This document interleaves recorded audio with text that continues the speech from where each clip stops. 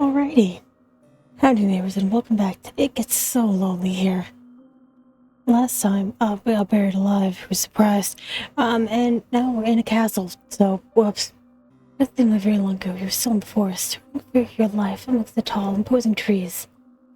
With their gnarled, grasping branches. The forest might as well be just a memory now, though. You're indoors, inside a castle no less. And you've been given a room, which you can sleep at clothes that you might wear. It is immature still to declare that you're out of the woods, in a metaphorical sense, I mean. But things could certainly be worse. Stuff to stand, and legs which feel too weird to support you, which is in the night clothes hanging in the wardrobe. My clothes still fit you perfectly, but you're too tired to care about that. Too tired to care about much of anything. You retreat to the bed, slide it beneath the sheets. Then you let your eyelids fall shut. You exhale. And never inhale again. You're lulled by the breeze which blows outdoors, fall asleep. So very tired. Sleep is a deep, dark one, darker even the furthest abyss of the nighttime. The night sky, however, which shimmers the stars, your sleep is not devoid of the prismatic fragments of themselves dreams. Though in this case, I'd rather think your nocturnal images are worth rather more than that. Not dreams, are they? To which your slumbering mind is subjected. You know they're not. Otherwise your body would not be so very cold, so clammy. Maybe just a flicker beneath your eyelids. The ghostly images in a...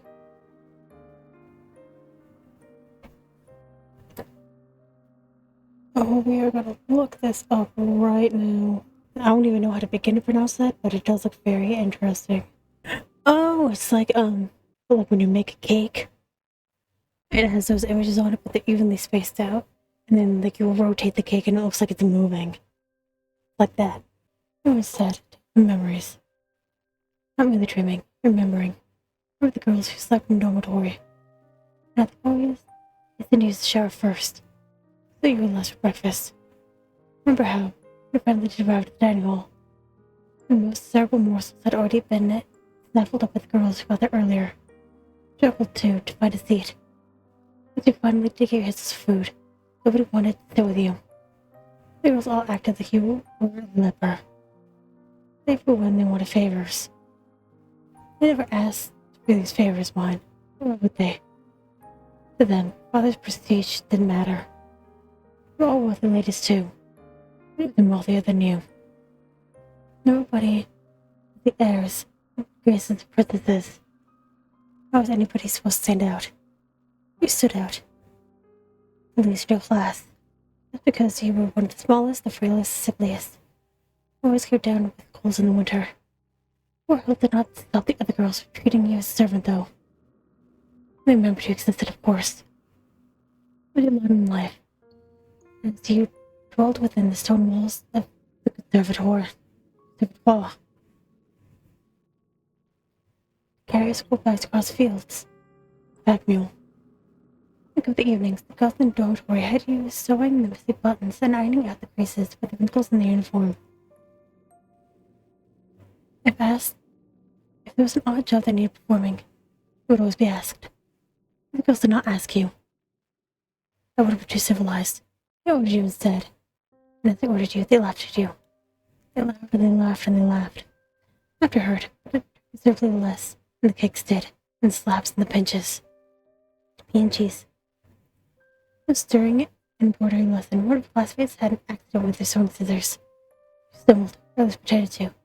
Before you knew it, silvery blades of the scissors were embedded in your left palm. It was some time ago.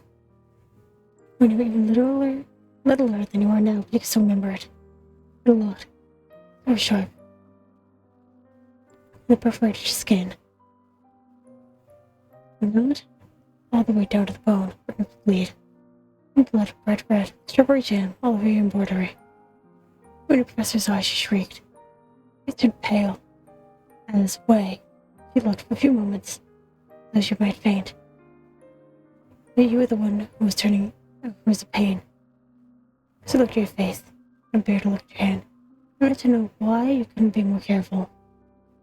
Her tone had an accusatory, oh, Her tone had been an accusatory one. It was as if she had stabbed herself in your hand, scissors to goad her. It hit her. The labels of your persecutors hurt all the more. Never punished for that. The professor didn't care enough to punish them. If you like everybody else, that it was all your fault. The wound, all said and done, was not too deep. Didn't need any stitches. It healed well enough time on its own. It still left a scar. A white raised thing like a crescent moon. So that scar. I don't know how much blood you lost. Like a lot. It was the classroom. Smaller in the air, sharp as iron. It couldn't have been that much, evidently. If it weren't a bit more serious, perhaps your professor might have cared. Classmates too. But I felt some modicum of guilt over what they did. This seems very unlikely. You know that your blood meant nothing to your classmates. Why should it? If you meant next to nothing, the blood in your veins was, it was impossible, even more inconsequential. Just waited when you wake, long last from the raising of the sun. I don't remember what you dreamt. I don't think that your dreams were of a particularly pleasant nature. They were, or it would not be hammering so. Don't let it get your ways about. It was like grandmother's house. We're lying in a narrow bed in an unremarkable room. And the dull beige walls moved from the floor. Or exactly are you? The dormitory and the conservatoire. Not unless it had shrunk threefold overnight. First words which recalled that was the night. The gas would all clips in place. I don't know. I was trying to escape from. Gutter. Not what I thought, but it was you trying to escape from. Assuming that you were, must have given the hunter the slip. And because it's in peace. Waking alert enough to face the dawning of a new morning. Double your limbs. Your facial. I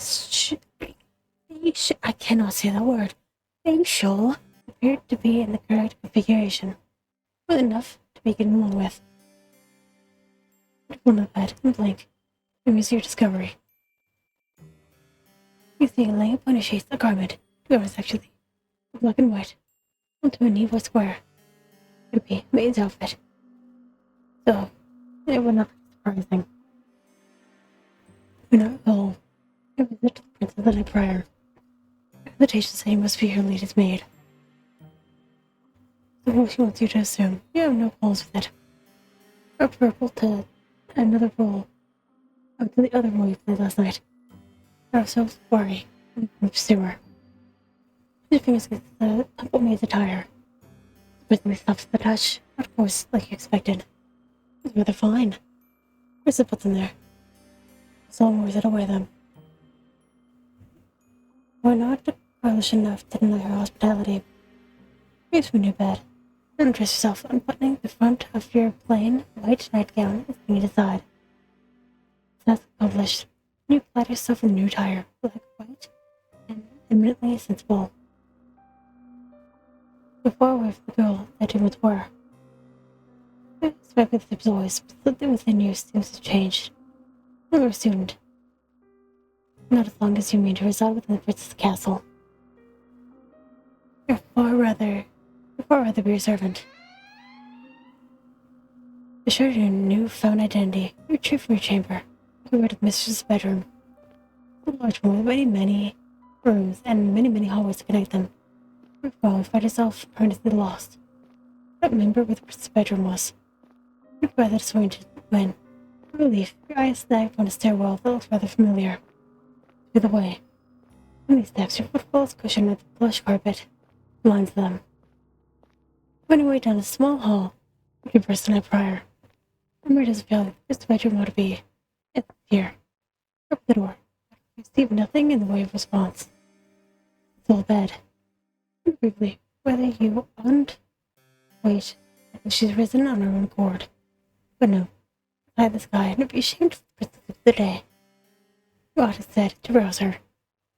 The sort of duty a lady's maid should attend to. This bedroom was less about. It's much the same as you remember from the night prior. But the ceiling seemed higher with the morning's light. You see, Now there are fewer shadows to impede her view. Very opulent the young mistress' abode is.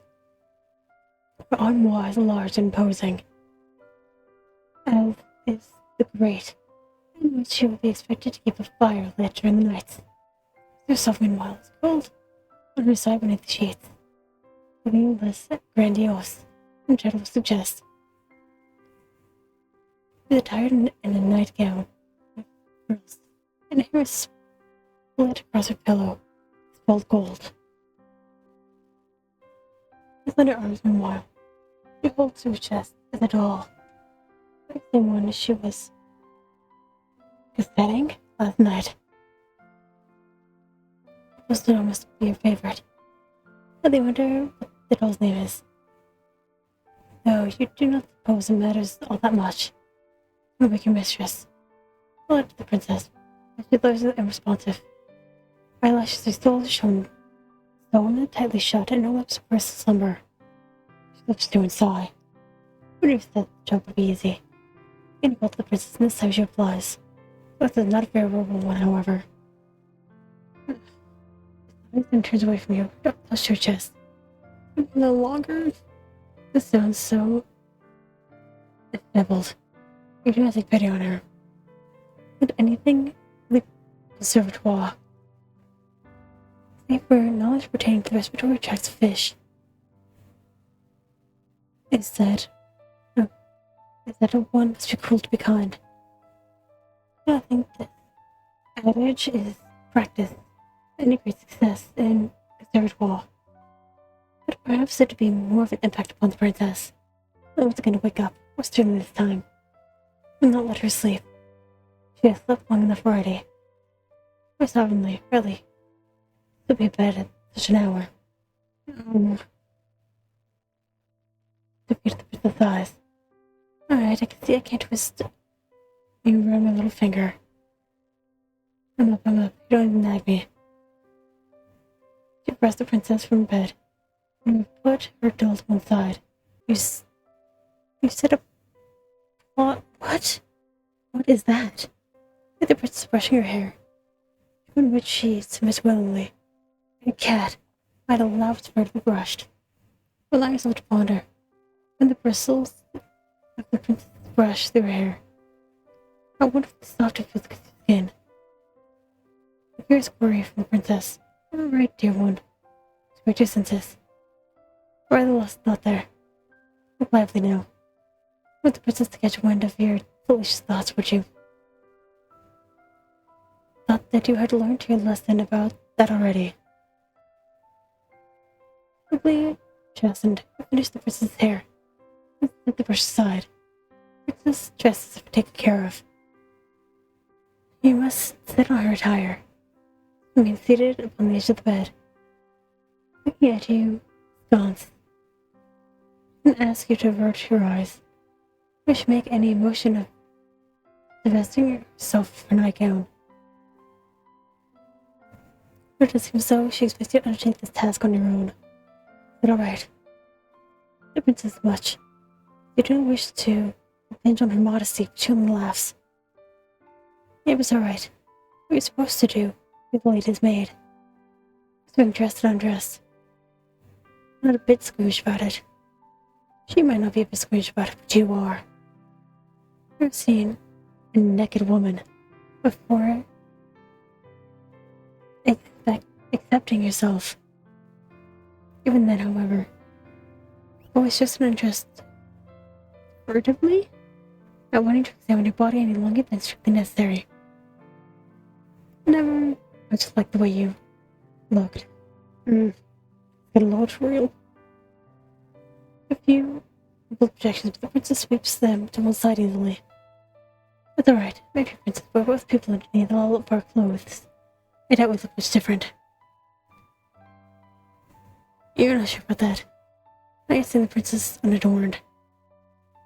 But you already know, look on her face, that you are different. Much prettier than you are. She's waiting. I don't wish to keep her any longer. Your nerves. And reach out with trembling hands, and if you could undo the buttons that run down the front of the princess' nightgown. Look, as quickly as you're able. Given how badly your hands are shaking, It's not very. Well, a couple of buttons for you to do so. However, is completely unaware of what it is that you're doing or not doing. Because we're going to see the front of your nightgown. Instead of looking at you, it's directed beyond his shoulder, the windowsill and sky beyond it. It is pretty sunny. I don't think it's too cold outside. Or for a walk might not be a bad idea. What do you think, dear one? I think that I'd like to finish undressing the princess as soon as possible. And we can make some progress with dressing her again. Exposed skin is bad for your heart. Fortunately, you're able to make quick work of the princess's nightgown by initial mishaps. Spurred on, perhaps, by anxiety. The princess band. She does. Neatly, she steps out of her nightgown, with motions, again, as graceful as and fluid as a dancer's. That's completed. Terribly, worriedly for the princess's red dress. Where is it? You'll find it. It's the bridle at the back of your neck. Was meanwhile, uncomfortably clammy. Was passed awkwardly, uneasily as you search. Was standing there, all the while, the naked of the day she was born. I did not find her day dress before he stripped her of her night one, what fully wore. Starting a panic giggles says, looking for her dress. It's your reply, face flushed, that's what you're doing. Also, I wonder, before you start undressing me, why not ask where it is? Maybe you slipped your mind. I slipped your mind, yes, a shame. Was he trying not to fixate upon the princess's bared skin, think about how best to conceal it? Or just as in my armoire, says, lifting over at the aforementioned piece of furniture. The armoire of hers is intricately carved wooden structure, large enough, so you estimate, instead of dresses, to entire whole ballrooms where the princess is. I don't wear the red one, it's my favorite. Be a dear and fetch it for me. I won't rush you, it's rather cold here. Especially when I'm still naked. Raise a good point. Return away from the princess and make your way to her armoire. Then you open the wooden doors. See the clothes hanging within. As you expected, the wardrobe lays numerous dresses. They've been finely sewn and decorated with no shortage of ribbons, lace, and iridescent pearls. The princess red dressed enough and hurried over to her side. With the spoils in hand, you would adjust her, concealing again the princess's pale skin beneath the layers and layers of soft red velvet. You should look at now, you think, the skin concealed. It might have been the most nerve-wracking task you've ever had to accomplish. Even more so than a perilous escape through the foggy forest. Oh why? It seems a small miracle, so remember how to breathe. Ah, that's much better. Thank you, dear one, for your help. I've not been here for a full day, but I already wonder what I'd do without you. Riley, you're sure the princess you did nothing really. You had a job. You did not do anything incredible. In any case, complimented by somebody so pretty it's embarrassing. Not a bit like that. I want to compliment you. You shouldn't have when you've been so helpful.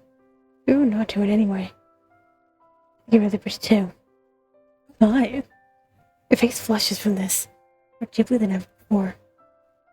You would got yourself lucky, really.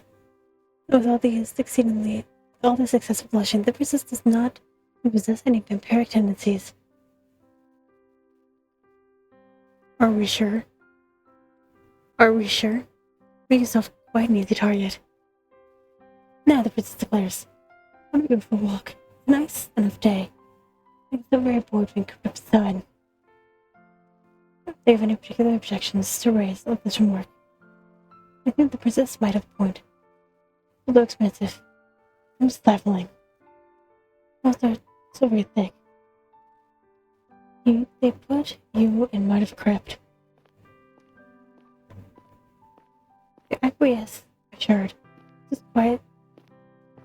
What's your chamber? What's your elegant? Gathering hurried. Seems not to walk. She navigates her way through the seemingly endless hallways of her house, to float like a cloud, or just swishes around her legs, and her hair shifts like a shroud.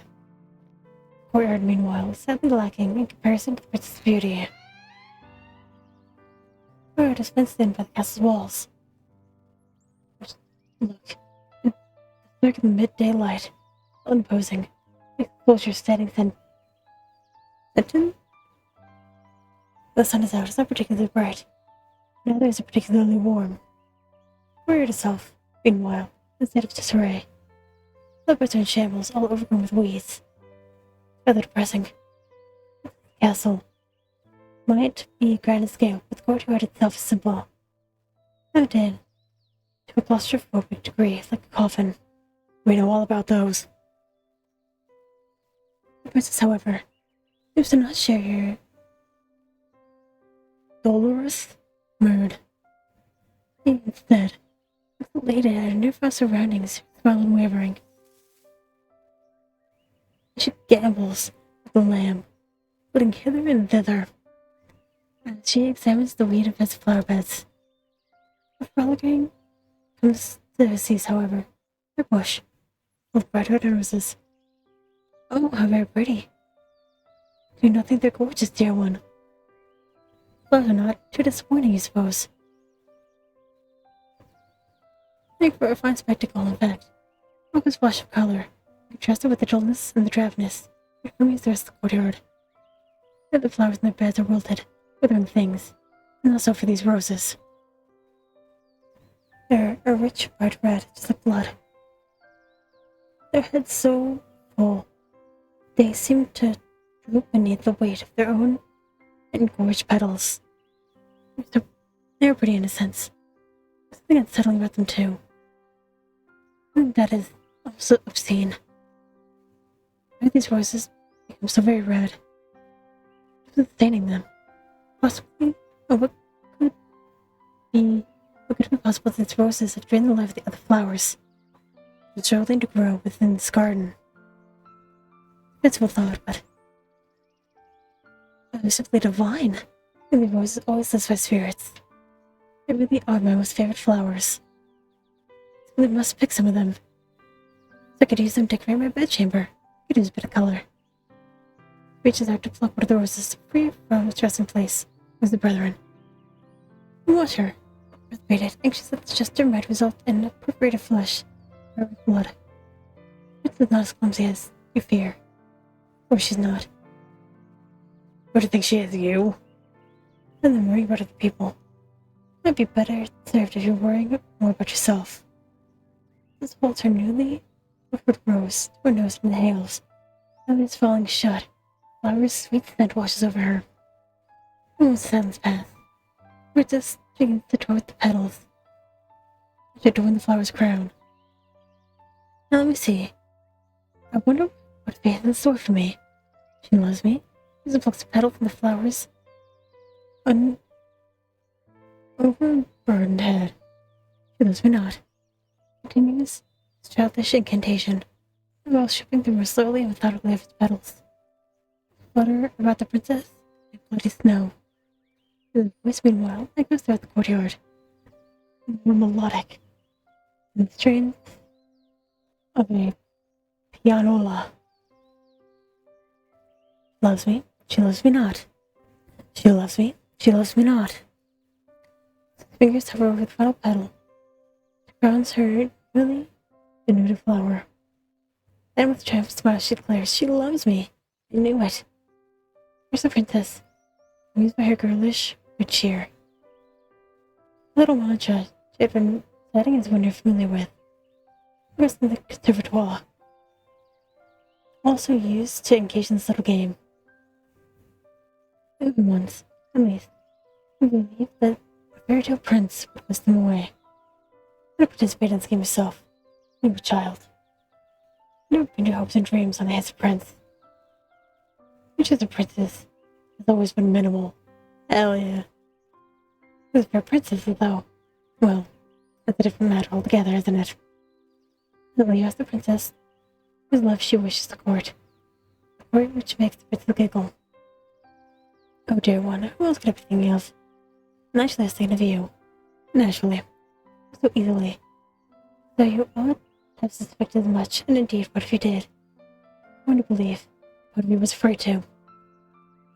You did not want to be arrogant enough to assume that the princess might care for your affections.